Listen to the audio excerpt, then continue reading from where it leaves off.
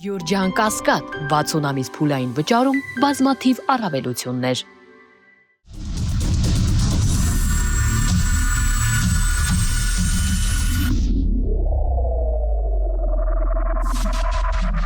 Բարի երեկո, մեծաբի եթերում է Արենանը, ես Արթուր Հայրապետյան, այսօր զրուցել եմ Ադրբեջանի հարցերով փորձագետ Անժելա Էլիբեկովայի հետ, բարի երեկո։ Բարի ձեզ։ Շնորհակալ եմ հրավերելու համար։ Տիկին Էլիբեկովա, մինչև եթերը դուք ասացիք ինչի մասին պիտի զրուցենք, հիմա ինձ էլ արդեն հետաքրքիր ինչի մասին պիտի զրուցենք, Ադրբեջանի հարցերով փորձագետի հետ այսօր աշխատում ենք շատ չխոսել, հա, Թշնամի պետության մասին, ինչքան էլ որ Նիկոլի համար այլևս կիրթ կառուցողականից վերափոխվել դարձել է բարեկամական զուտ։ Մենք տեսանք, որ ծաղկազարդ էր եւ երկու երիտասարդների քաշ տվեցին, հնարավոր է շոուն ապահովելով երեխաներին տարան եւ մեկի վրա արդեն 2 ամիս կալանք դրեցին։ Եվ նաև Ռուբեն Մելիքյանի ուղիղ եթերը նայեցի, այնտեղ մի երեխա էլ ինչ որ, հա, փողոցով անցնելուց տեսնում է դրա մեքենան եւ ինչ որ թքում է։ Հիմա մենք եկել ենք, հասել ենք մի իրավիճակում, որտեղ այլևս չենք կարող, հա, ոչ բառերով, ոչ ստատուս գրելով մեր ներվերը հանգստացել, հատկապես շաբաթ-կիրակի այդ իրանց ուրախ ավտոբուս, կուկուռուզակրթություն եւ այլ եւ այլ։ Հիմա այս երեխեքին կոտրելու իմաստը ո՞րն է, երբ որ 5000-ից ավել երեխու գլուխ է ուտում ու դրան զուգահեռ հիմա էլ անցել է 17-18 տարեկան այդ երեխեքին կոտրելու, փորձելով նվաստացնել, ինչքան էլ որ դու քո ներսում լիքը վախեր ունես։ Ну, բացի մասնագիտականից, ես առաջի հերթին քաղաքացի եմ, քրիստոնյա քաղաքացի եմ եւ ունեմ իմ վերաբերմունք այդ կատարվողին։ Սկզբից գամ ընդհանուրից քո հարցից, թե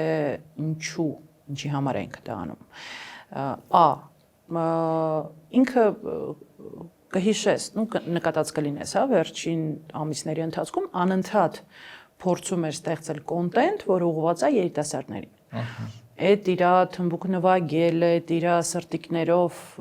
ռիլեր անելը եւ այլն տարբեր երաժշտության տակ,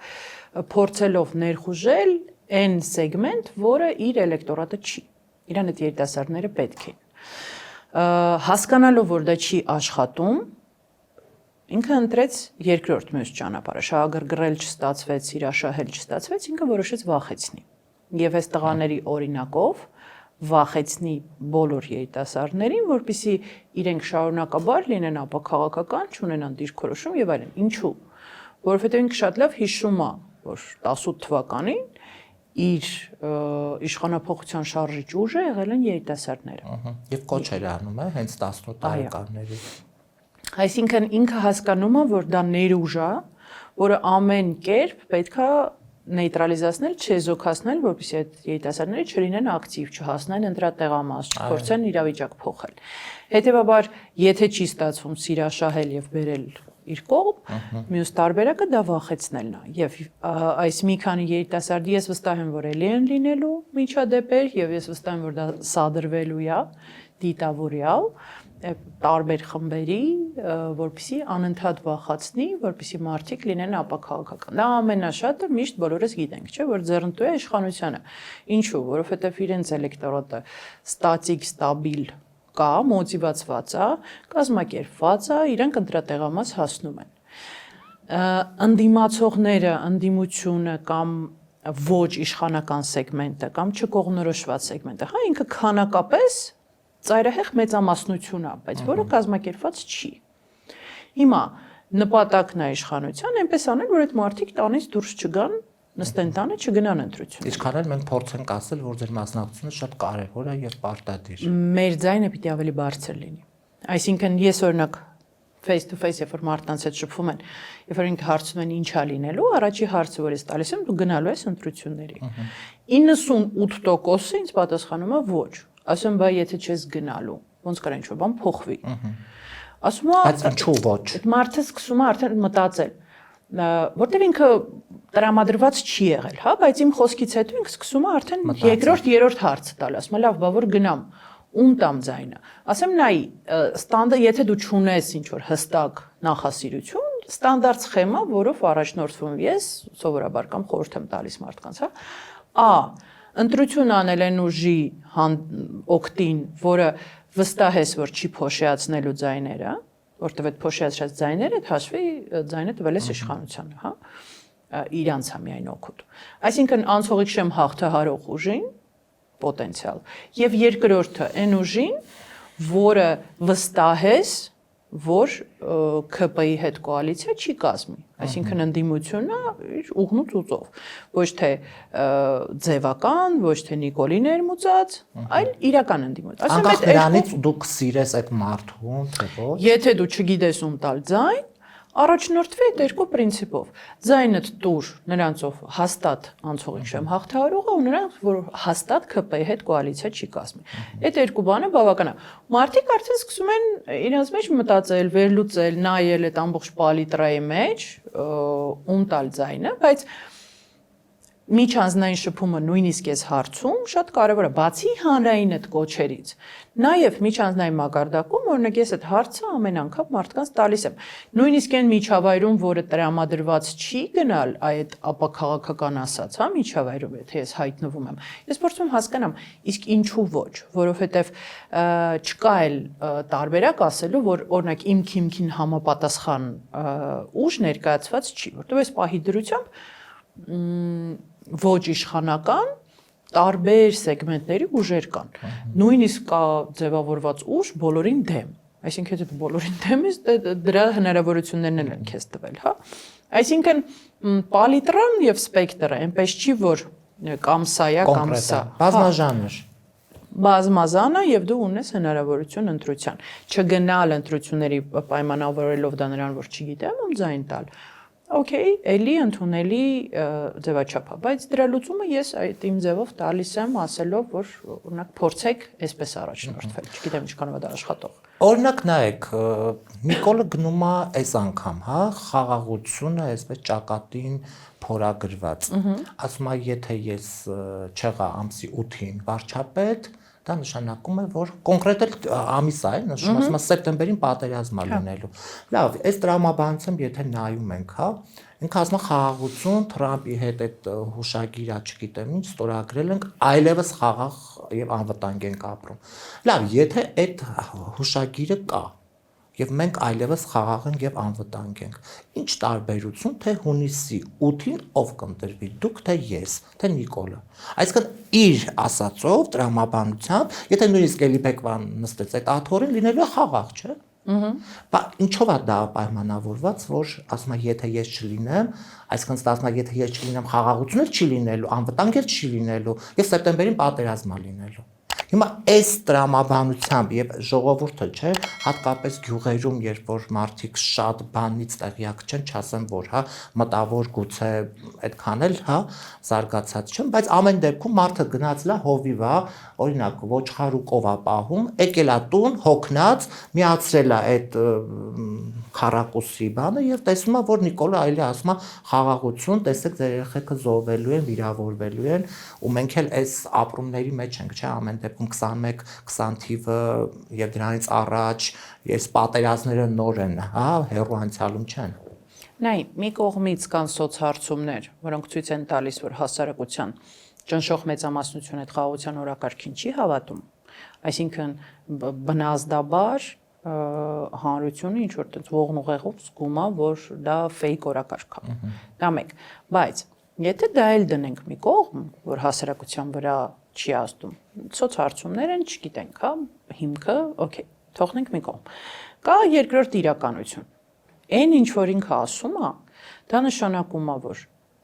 ինքը մեր վրա վաճառել է այսքան ժամանակ միֆ, հերթական սուտ, որովհետև այո, ինչպես դու նշեցիր, եթե խաղաղությունը հաստատվել է, եթե այդ օգոստոսի 8-ի փաստաթուղթը, որ իրենք այդպես թմբկահարում էին, ինքը հիմնավոր փաստաթուղթ է, ինքը երաշխավորում է այդ խաղաղությունը, ապա իսկապես ինչու պետքա ցմահ Նիկոլ Փաշինյանը լինի վարչապետ, որպեսզի փոխկապակցվի իր, բա որ վաղը հանկարծամահ եղավ այդ մարդը։ Այսինքն ամբողջ մի պետության խաղաղության օրակարգ կապված է մի մարդու առողջական վիճակի հետ։ Բայց նաև գիտեք ինչով է պայմանավորված, որ մենք ամեն օր քնելուց առաջ եւ արթնանալուց պետք է աղոթենք առ Աստված, որ Նիկոլը երկար ապրի եւ երկար նստի այդ աթոռին, որովհետեւ մենք ունենանք այդ խաղաղությունը։ Խաղաղություն, որը չկա, որը իդեպ ինքնանշում որ չկա, որտեվ իրան երբ որ հարց են տալի, ասում են, լավ, Ադրբեջանը այսքան զինվում է, զորավարժություն անում, զենք է գնում,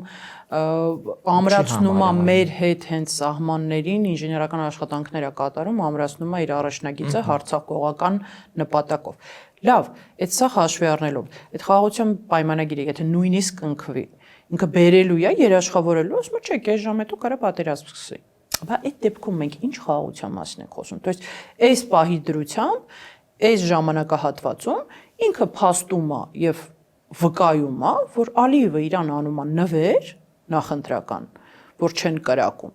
որպեսզի ինքը վերընտրվի։ Փաստացի ինքը դա է ասում։ Փաստացի Ալիևն էլ է ախր դա ասում։ Այո։ Ալիևը բառացի ասում է, իրանք իրար հետ, այո։ Ասում է, եթե դուք ուզում եք որ խաղաղ լինի, այսինքն այդ շանտաժը իրանք անում են զուգահեռ։ Այո։ Հիմա հարց է առաջանում, բա որ այդ մարդուն մի բան պատահեց։ Դժբախտ պատահար ինչ որ եղավ կամ չգիտեմ, քնեց չզարթնեց։ Այսինքն այդ մի մարդուց կախված է մի ամբողջ պետության 3 միլիոն մարդու խաղաղության ճակատագիրը, անկախ նրանից կկնքվի խաղաղության պայմանագիր, չի կնքվի, այսինքն ինքն էլ է դա փաստում, որ այդ թղթի կտորը կարող ոչ մի ազդեցություն չունենա Ադրբեջանի վրա։ Ուղղակի իրանք պայմանավորվել են, իրանք իրար հետ պասերով խաղում են, բառացի երկուսն էլ դա արդեն ասում են։ Բայց այստեղ մի այլ հանգամանք էլ կա։ Հիմա տեսեք, գոյություն չունեցող խաղաղություն, որը վաճառվում է հասարակության վրա, շանտաժ, որը երկու կողմից էլ արվում է, բայց կան նաև Ադրբեջանի նախապայմաններ, որոնք միայն մասնակի է Հայաստանի իշխանությունը բավարարել, դեռ ամբողջական չի, այո, ցույց է տալիս գործողություններով, որ փորձում է դա անել, բայց այս պայդրությամբ օրինակ եկեղեցու մասով չի հաջողվում։ Բայց կան հայտարարված, կան չհայտարարված այդպիսի նախապայմաններ եւ կան հայտարարված նախապայմաններ, մեկը անկախության հռչակագրի հարցն է, սահմանադրության փոփոխությունը։ Այսինքն փաստացին ինչ ասում Նիկոլը, ասում է, եթե դուք գնաք ինձ ձայն տակ, դա հաշվեք օքեյ եք տալիս, հաշվեք համաձայնություն եք տալիս, որ ես հիմնովին քանդեմ երրորդ հանրապետությունը, որ ես հիմնովի զրոյացնեմ մեր այս պատմական փուլը եւ սկսեմ 4-րդ հանրապետությունից նորից նոր սահմանադրությամբ առանց անկախության հռչակագրի։ Սահմանադրությամբ եւ 4-րդ իշխանությունով էլ Արևմտյան Ադրբեջան ենք դառնում։ Ու այո, ու քաղաքացիները, որոնք գնալու են եւ ձայն տան ԿՊ-ին, սա շատ լավ պետք է գիտակցեն ինչի համար են իրան գնում քվեարկելու։ Որոնք քվեարկելու են անկախության հռչակագրի սահմանադրությունից հեռացնելու օգտին, ադրբեջանցիների ստեղ բնակեցնելու օգտին, Ադրբեջանի բոլոր պահանջները, որոնք դեռ ներկայացվելու են շարունակաբար բավարարելու օգտին, Ադրբեջանի կողմից Հայաստանի Հանրապետության սուվերեն տարածքի օկուպացիայի, որը շարունակվում է մինչև հիմա եւ որ հարց է տալի, ասում ես, ընկերներ, այդ ո՞նց է տենց խաղաղություն լինում, երբ որ Ադրբեջանը մեր տարածքն է օկուպացնում։ Եվ մեր տարածքներում են դեռ բռնակռած։ Մեծ հաշվով իրանց ջերմուկում ովքեր են այսօր նստած։ Իրանց զորքը մենակ ջերմուկում չի։ Տարբեր ուղղություններով։ Եվ այդ մարդիկ կոնկրետ Հայաստանի Հանրապետության սուվերեն տարածքը օկուպացնում են։ Երբ որ դու հարց ես տալի, ասում ես, այդ ո՞նց է տենց խաղաղություն լինում, հա, ասենք բարի կամքի դրսևորում պիտի լինի, գոնե առնվազն հետ քաշեն իրանց զորքում։ Բայց Ադրբեջանը իր հերթին ասում է, հերթը կհասնի դրա սահմանազատմանը, հələ կտեսնենք, առհասարակ մենք կտես պիտի դուրս գանք, թե չէ, բայց իրանք չեն պատրաստվում դուրս գան, որտեղ իրանք ամրացնում են առաջնագիծը։ Ինժեներական աշխատանքները ենթակառուցվածք են այդտեղ ստեղծում։ Ակնհայտ է, որ իրանք մեր օկուպացված տարածքներից դուրս գալու նպատակ չունեն։ Ինչ խաղաղություն։ Սա խաղաղության մասին չի, երբ որ Բաքվի բանտում խաղաղության մրցանակ ստանալու հաջորդ օրը ՑՄԱ ու երկարաժամկետ դատապարտում են Արցախի ռազմաքաղաքական ղեկավարությանը,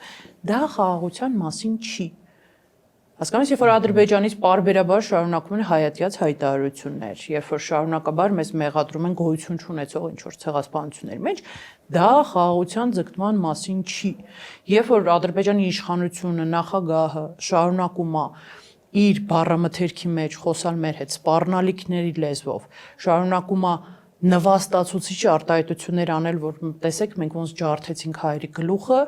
ու մատաթափ տալիս։ Եվ նույնը անում է Նիկոլը այստեղ։ Դա խաղաղության մասին չի։ Դա կարող է իրանց անձնական երկուսի միջև խաղաղության մասին է, չեմ վիճում, բայց հայ եւ ադրբեջանցի ժողովուրդների խաղաղության մասին չես պատմությունը։ Բացարձակ։ Եվ ցանկացած մարդ, որը գնալու է Նիկոլ Փաշինյանին ձայն տալու, ինքը պետք է հասկանա, որ այս ամեն ինչի համար է ձայն տալիս, որ հետագա զարգացումները շատ ավելի սարսափելի են լինելու, քան այս փուլն։ Եվ ցույց է տալիս պրակտիկան վերջի 8 տարվա, որ ամեն հաջորդ օրը, ամեն հաջորդ շաբաթը, ամեն հաջորդ ամիսը շատ ավելի սարսափելի է իր հետևանքներով, քան նախորդը։ Այսինքն այդ գահավիժման կանգ առնելու մենք այդ հատակին մենք դեռ չենք հասել, որովհետև Ադրբեջանը ունի մի ցանկ դեռ պահանջներ, որ հայկական կողմի առաջ դրել է, սկսած ֆինանսական այդ կոնտրիբուցիայից, վերջացրած Հայաստանում գտնվող քաղաքական կամ ռազմական գործիչների արտահանձնում դեպի Ադրբեջան, դատվելու նպատակով, այսինքն շատ մեծ սպեկտր պահանջներ ունի, որոնք ես չեմ տեսել դեռ, որ Հայաստանի իշխանությունները տրամադրված լինեն ինչ որ կերպ վիճարկել։ Նայեք, հիմա նորից ցած մի փոքր ընդդիմանամ, որովհետև էլի մարզերում ապրող մարդիկ, դուք ասում եք հռչակագիրը չի լինելու սահմանադրությունից։ Հիմա այդ մարդուն շատ հետաքրքիր է, այդ հռչակագիրը լինելու է։ Նայ, այդ մարդուն հետաքրքիր է, որ իր գյուղում բնակված ադրբեջանցիները գալու են ու այդ տներում,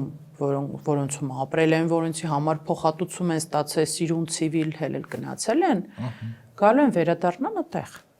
Իր երեխեքի հետ մի դասարանում սովորեն իրենց երեխեքը, գնան այդ ադրբեջանցու, չգիտեմ, Իրանից ստիպված լինեն կանաչին առնել եւ այլն, հա, այսինքն այդ կենցաղայինից սկսած կոմունիկացիան, բայց այդ ադրբեջանցին լինելու է շատ ավելի պաշտպանված, քան հայը, որովհետեւ իրանք էլ իրանց բնակեցման հետ կապված իրանց պահանջներն են դրել։ Եվ այդ մարդկանց անելու են տնավեր, ինչպես արվեց իրենք Էդ էլ իր հերթին, բայց ադրբեջանցիներին չեն ասում, մենք պետք է գանք Հայաստան ապրենք եւ պիտի լինենք պաշտպանված երրորդ երկրի ռազմական ներկայացվածությամբ, որը մեր համար ընդունելի եւ եղբայրական պետություն լինի։ Բայց նա ասում է պատմական է, չէ՞, պատմական մեր հողերը։ Պատմականն էլ էդ էլ մի կողմ իրանց միֆերը, որ իրանք Հայաստանի Հանրապետությունը համարում են իրենց պատմական հող։ Էդ էլ մի կողմ թողնենք, հա։ Այստեղ խնդիրը նրանում է, որ այդ գյուղում ապրող հայ մարդը պետք է իրան հարց տա, ինքը պատրաստ է, երբ որ իր գյուղ խմբով գան ագրեսիվ տրամադրված ադրբեջանցիներ, որտեղ իրենք Ադրբեջանում 30 տարուց ավել ապրել են հայատյաց ագրեսիվ քարոզչության մեջ, իրանք այլընտրանք չունեն, իրանք արդեն ատելությամբ լցված գալու են, համարելով սա այդ լվացած ուղեղներով, համարելով այդ գյուղը, այդ ամեն ինչը իր սեփականություն, իր պատմական տարածք։ Գալու է ու լինի պաշտպանված, որովհետև նույնիսկ կենցաղային կոնֆլիկտի դեպքում, որ հանգարց չջղայնացնենք Ալիևին,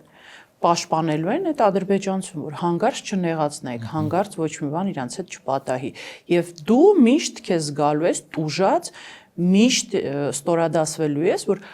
ու քեզ դա բացատրելու են էլի նույն ձև ոնց որ հիմա է բացատրում հանգարց ոչ մի բան չանեք որ պատերազմ չլինի ու անընդհատ այդ մահակը քո գլխին պահելու են ու հետո դու մի օր արթնանալու ես ու հասկանաս որ դու քո երկրում արդեն փոքրամասնություն ես ու դու չես կարող անես ոչինչ որովհետև քո իշխանությունը քեզ չի պաշտպանում իրավապահ համակարգը քեզ չի պաշտպանում ու կան ադրբեջանցիներ որոնք իրենց շատ ավելի ինքնավստահ ու լավ են զգում քո հայրենի հողում քան դու Եվ ամեն ինչ օրենքով սահմանված է լինելու։ Իհարկե։ Այսինքն այդ ապագան ինքը կարա թվա շատ աներևակայելի, բայց ես հիշեցնեմ, որ 2020 թվականի մարտին ուղիղ 6 տարի առաջ նույնքան եւ ել ավելի անիրատեսական եւ աննկարագրելի անիրական էր թվում, որ կարող է չլինի հայկական Արցախ։ Կարող է լինի Արցախ, որտեղ չկան հայեր։ Ինքը չլինի հայկական։ Ինչա որ այսօր Այն ինչի ական հենց հիմա հենց այս պահին ինչի ականատես ենք մենք այսինքն եթե Էդ է խաղաղությունը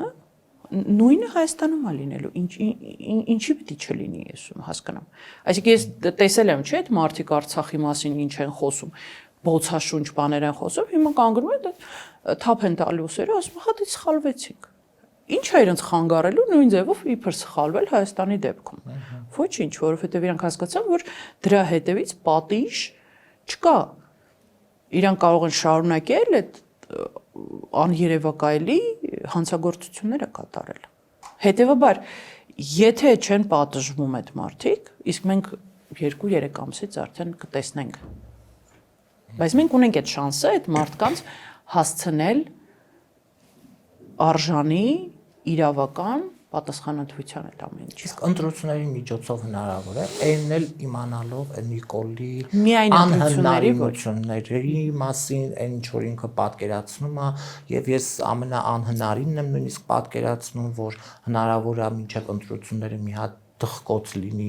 էլի ներքին պայմանավորվածությամբ, որ էլի մի հատ ինչ որ սթափեցնի ժողովուրդը։ Ցանկացած բան կարա լինի։ Ամեն հնարավոր եւ ցանկացած բացասական, այո, ցանկացած բացասական սցենար ես հնարավոր եմ համարում այդ իշխանությունը պահելու համար։ Ոչ մեկ իլյուզիա չունի, չէ, որ ինքը պատրաստ է ցանկացած գնով այդ իշխանությունը պահել։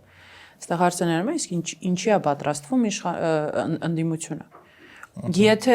գնալու են ընտրություններին այդ բոլոր խախտումները, որ հիմիկվանից արդեն սկսել են, հա, այդ ամեն ինչը չվիճարկեն, այդ ամեն ինչի դեմ չպայքարեն, ուղղակի վերցնեն մանդատներ են, ինչ որ մեկ տեսան 21 թվականին եւ գնան պարլամենտ, բնականաբար կվերընտրվի։ Հիմա ուժեղ Հայաստանը, որը նոր ուժ է, նոր երիտասարդներով, նոր դեմքերով, որ ես էլ դուք էլ չեն կարող ասել, հա, այնտեղ կան մարդիկ, ովքեր նախորդ են կամ չգիտեմ ինչ են, կոռումպացված են, թալանչի են եւ այլն, հա, մարդիկ են, ովքեր որ նոր դեմքեր են եւ շանս ունեն հաղթելու։ Այս մարդկանց հետ երբ որ ես օրինակ խոսում եմ, ասում եմ պլան B ունեք, օրինակ, եթե իրենք ասում են, որ մենք գնում ենք հաղթելու, միանշանակ հաղթում ենք։ Լավ։ Եթե չենք հաղթում, դուք մանդատները վերցնելու եք գնաք ԱԺ, ասում են չեն ասում ոչ եւ մենք գնում ենք հաղթելու։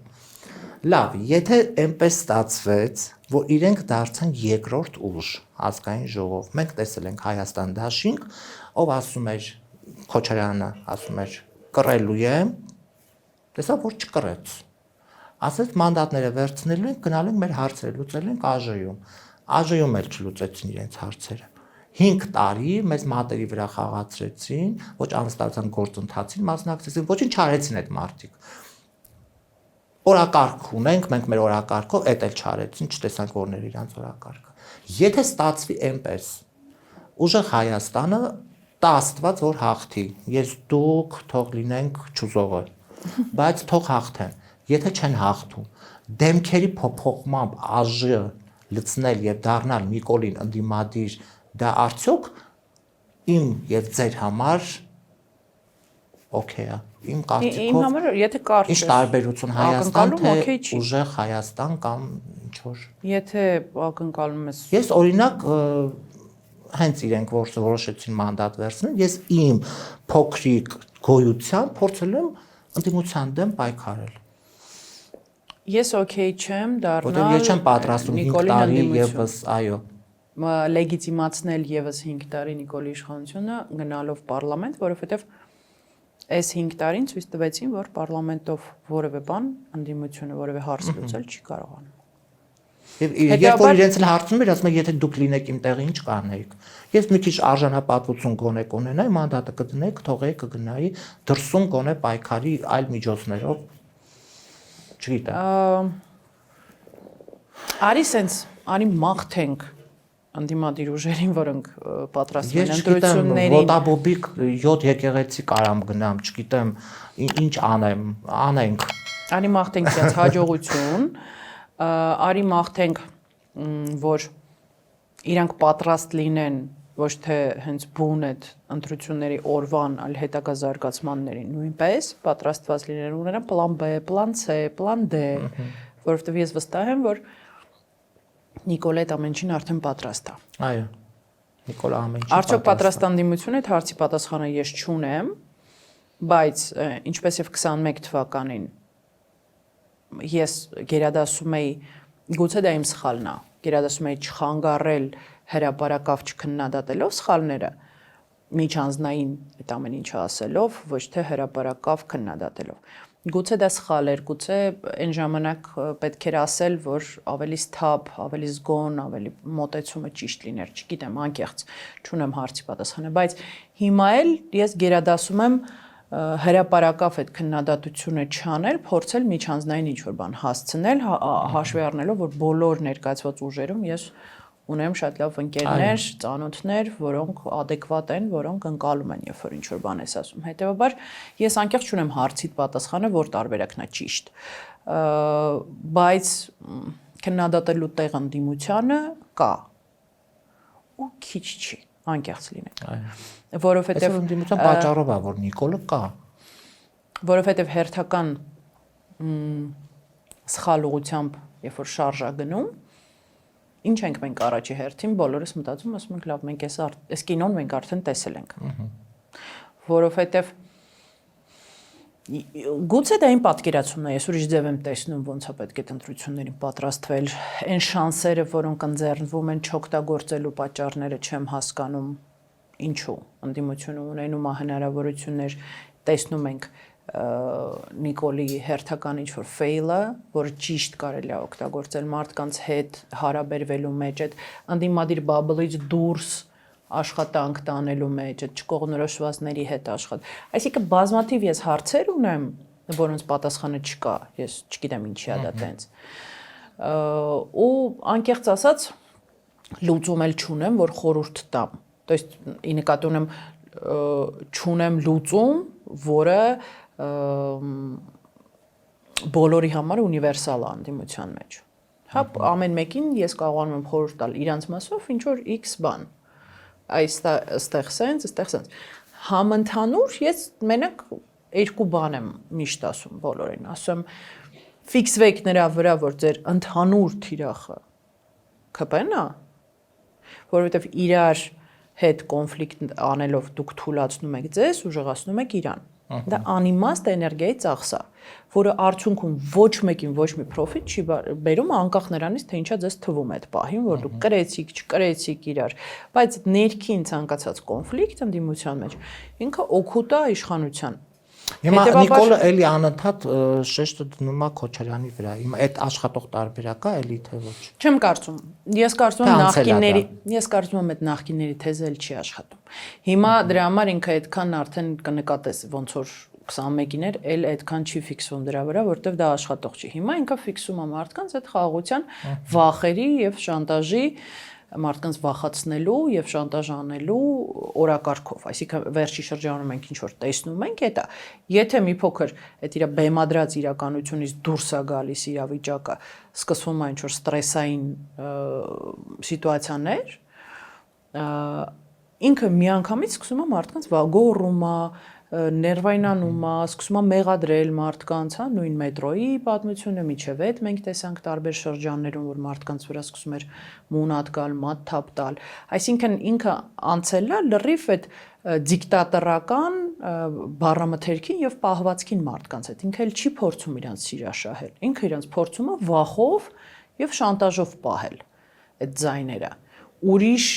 որևէ բան արդեն հասկանում է, որ չի աշխատում։ Ինքը հասկանում է, որ խաղաղության օրակարգն չի աշխատում։ Դրա համար է այդ սաղ մարդկանց ռեպրեսիվ մեխանիզմը աշխատացնում, որտեղ միակ իր ռեսուրսը, որը մնացել է, այդ մարդկանց վախացնելու ռեսուրսն է, ուժային ռեսուրսն է, իշխանության ռեսուրսն է։ Այլ խոստում արդեն չի աշխատում։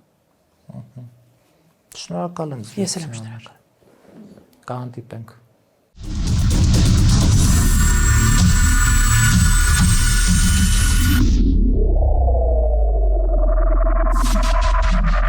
Գյուրջան Կասկադ 60 ամիս փուլային վճարում բազմաթիվ առավելություններ։